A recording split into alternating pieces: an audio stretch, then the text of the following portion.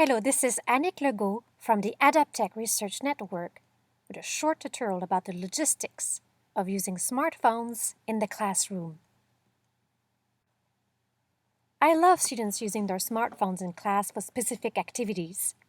It prevents me from having to take my class to a computer lab, if any of them are even available, which can be time-consuming, especially in a short class of an hour and a half.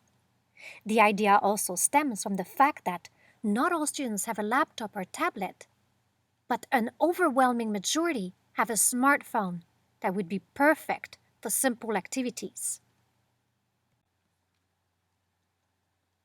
From previous investigations, we at Adaptech have found that student smartphones can be used in the classroom to administer short quizzes and exams to assess comprehension, use e-textbooks and library resources, access class materials such as PowerPoint slides, Google information, work in small teams on shared documents and tasks such as using Google Docs, poll students, allow for practice of concepts during review sessions, etc., in various creative ways. When used properly and in a timely manner during a lecture, the smartphone can be an efficient and clever tool to increase and improve participation for students with or without disabilities. Here's how I proceed. On the first class of the semester, I ask students to install the free apps on their smartphones that I will use with them, so we can troubleshoot together and make sure everyone is ready to start the semester with the necessary tools. Some of these apps are Moodle, an open-source learning platform or course management system. Omnivox, a platform allowing for the centralization of all the computer services available in an institution. This is an app for students in the province of Quebec in Canada. And Zoom, a video and audio conferencing platform which I use for my virtual classes. I also bring to class 1 or 2 extra smartphones that I own, usually old ones that my husband and I recently replaced.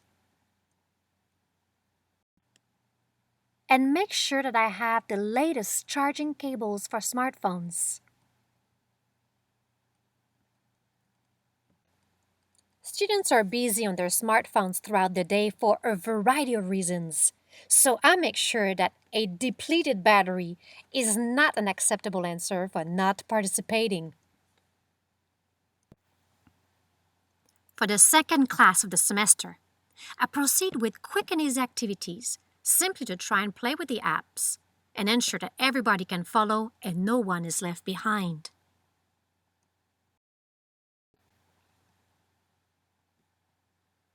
The 2010 lecture model.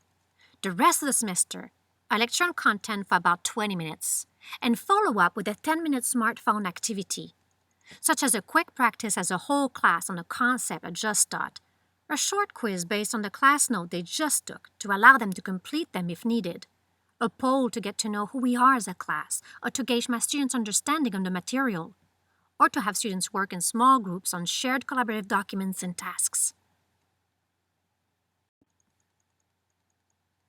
Encountering technical difficulties during an activity?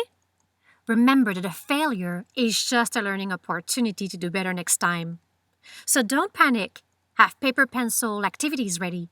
Slide into a whole class or small group discussion, or move on with the next lecture segment. Check later for what went wrong, and make the failed activity into homework to be completed from home, or turn it into next class review activity. Finally, given the COVID-19 pandemic, the use of smartphones during class time is great for allowing social distancing while working on collaborative documents and tasks. Smartphones are also great to use in virtual classroom, especially when polling students on their knowledge before starting a lecture, checking their understanding after a segment, and having all students comment and question while lecturing. So that's it for this tutorial. on the logistics of using smartphones in your classes, may they be physical or virtual. Don't be afraid to try something new. Using smartphones in a classroom has so many advantages, and it's not rocket science after all.